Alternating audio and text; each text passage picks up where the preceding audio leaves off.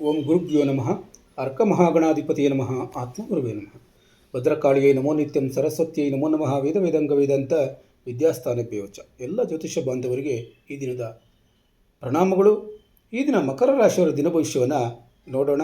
25/6/2026 ಗುರುವಾರ, ಏಕಾದಶಿ ತಿಥಿ, ಸ್ವಾತಿ ನಕ್ಷತ್ರ, ವಿಶಾಖ ನಕ್ಷತ್ರ, ಶಿವಯೋಗ ಹಾಗೂ ಸಿದ್ಧಿಯೋಗ ಸಂಯೋಜನೆಗೊಂಡಿರುವಂಥ ಈ ದಿನದಲ್ಲಿ ಏಕಾದಶಿ ತಿಥಿಯ ಪುಣ್ಯ ಪ್ರಭಾವ, ಸ್ವಾತಿ ನಕ್ಷತ್ರದ ವಿಸ್ತರಣೆ, ವಿಶಾಖ ನಕ್ಷತ್ರದ ಗುರಿ ಸಾಧನಾ ಶಕ್ತಿ, ಶಿವಯೋಗದ ದೈವಿಕ ಅನುಗ್ರಹ ಹಾಗೂ ಸಿದ್ಧಿಯೋಗದ ಕಾರ್ಯ ಸಫಲತೆ ನಿಮ್ಮ ಈ ದಿನವನ್ನು ಪ್ರಭಾವಿಸುತ್ತದೆ.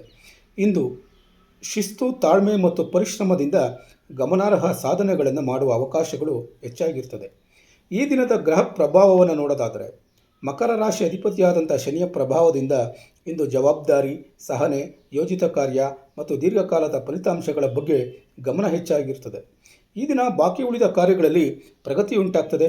ಉದ್ಯೋಗ ಮತ್ತು ಆಡಳಿತ ಕ್ಷೇತ್ರದಲ್ಲಿ ಅನುಕೂಲ ಉಂಟಾಗ್ತದೆ. ಹಿರಿಯರಿಂದ ಮಾರ್ಗದರ್ಶನ ಲಭ್ಯವಾಗ್ತದೆ. ಈ ದಿನ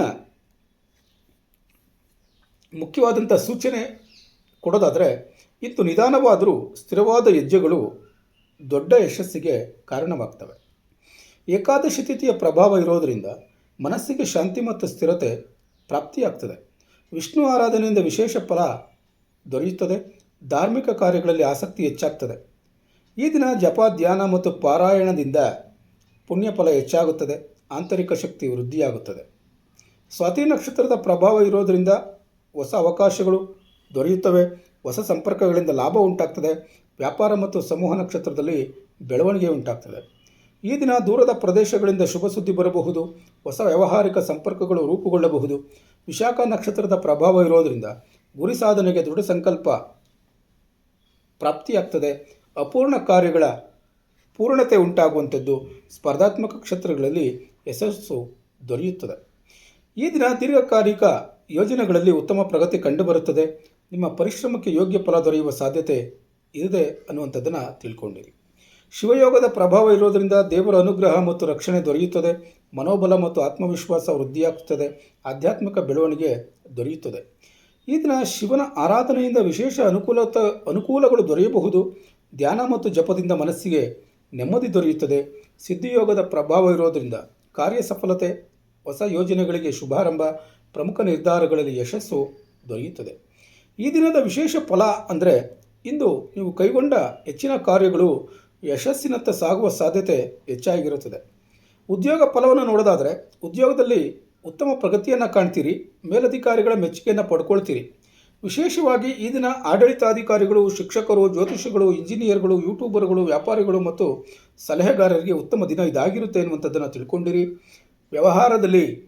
ವ್ಯಾಪಾರದಲ್ಲಿ ಉತ್ತಮ ಲಾಭ ಉಂಟಾಗ್ತದೆ. ಹೊಸ ಒಪ್ಪಂದಗಳಿಂದ ಅನುಕೂಲ ಉಂಟಾಗ್ತದೆ. ಪಾಲುಗಾರಿಕೆ ವ್ಯವಹಾರದಲ್ಲಿ ಸಹಕಾರ ದೊರೆಯುತ್ತದೆ. ಹಣಕಾಸಿನ ವಿಚಾರದಲ್ಲಿ ಧನಾಗಮನದ ಸಾಧ್ಯತೆ ಇರುತ್ತದೆ. ಹಳೆಯ ಬಾಕಿ ಹಣ ವಾಪಸ್ ಬರಬಹುದು. ಉಳಿತಾಯ ಮತ್ತು ದೀರ್ಘಕಾಲದ ಹೂಡಿಕೆಗಳಿಗೆ ಅನುಕೂಲಕರವಾದಂಥ ಸಮಯ ಇದಾಗಿರುತ್ತೆ ಅನ್ನುವಂಥದ್ದನ್ನು ತಿಳ್ಕೊಂಡಿರಿ. ಕುಟುಂಬದಲ್ಲಿ ಶಾಂತಿ ಮತ್ತು ಸಹಕಾರ ಪ್ರಾಪ್ತಿಯಾಗ್ತದೆ. ಹಿರಿಯರ ಆಶೀರ್ವಾದ ದೊರೆಯುತ್ತದೆ. ದಾಂಪತ್ಯ ಜೀವನದಲ್ಲಿ ಉತ್ತಮ ಹೊಂದಾಣಿಕೆ ಅನ್ನುವಂಥದ್ದನ್ನು ಕಾಣ್ತೀರಿ. ಆರೋಗ್ಯದಲ್ಲಿ ಸಾಮಾನ್ಯವಾಗಿ ಉತ್ತಮವಾಗಿರುತ್ತದೆ. ಗಮನಿಸಬೇಕಾದಂಥ ವಿಚಾರ ಅಂತಂದರೆ, ಮೊಣಕಾಲು ಅಥವಾ ಕೀಲುಗಳ ಬಗ್ಗೆ ಕಾಳಜಿ ವಹಿಸಿ. ಅತಿಯಾದ ಕೆಲಸದಿಂದ ಆಯಾಸವಾಗದಂತೆ ನೋಡಿಕೊಳ್ಳಿ. ಯಾರು ಈ ದಿನ ಯೋಗ, ಪ್ರಾಣಾಯಾಮ ಮತ್ತು ಧ್ಯಾನವನ್ನು ಮಾಡ್ತಾ ಇದ್ದಾರೆ ಅವರಿಗೆಲ್ಲ ಹೆಚ್ಚಿನ ಲಾಭ ಸಿಗುತ್ತದೆ ಎನ್ನುವಂಥದ್ದನ್ನು ತಿಳ್ಕೊಂಡಿರಿ. ಪರಿಹಾರಕ್ಕಾಗಿ ವಿಷ್ಣು ಸಹಸ್ರನಾಮ ಪಠನೆಯನ್ನು ಮಾಡಿ. ಕೊನೆಗೊಂದು ಕಿವಿ ಮಾತು: ಏಕಾದಶಿ ತಿಥಿಯ ಪುಣ್ಯ ಪ್ರಭಾವ, ಶನಿಯ ಸ್ಥಿರತೆ, ವಿಶಾಖ ನಕ್ಷತ್ರದ ಗುರಿ ಸಾಧನಾ ಶಕ್ತಿ, ಶಿವಯೋಗದ ಅನುಗ್ರಹ ಮತ್ತು ಸಿದ್ಧಿಯೋಗದ ಕಾರ್ಯ ಸಫಲತೆಯಿಂದ ಇಂದು ಮಕರ ರಾಶಿಯವರಿಗೆ ಉತ್ತಮ ಪರಿಶ್ರಮಕ್ಕೆ ತಕ್ಕ ಫಲ, ಆರ್ಥಿಕ ಅನುಕೂಲ, ಗೌರವ ಮತ್ತು ಸಂತೋಷದ ಸಮಯ ದೊರೆಯುವಂಥ ಶುಭ ದಿನ ಇದಾಗಿರುತ್ತೆ. ಈ ದಿನ ಭವಿಷ್ಯ ನಿಮಗೆ ಉಪಯೋಗವಾಗಿದ್ದರೆ ತಪ್ಪದೇ ಚಾನಲನ್ನು ಸಬ್ಸ್ಕ್ರೈಬ್ ಮಾಡಿಕೊಳ್ಳಿ, ಲೈಕ್ ಮಾಡಿ, ಶೇರ್ ಮಾಡಿ. ನಾಳೆಯ ದಿನ ಭವಿಷ್ಯಕ್ಕಾಗಿ ಮತ್ತೆ ಭೇಟಿಯಾಗೋಣ. ಧನ್ಯವಾದಗಳು.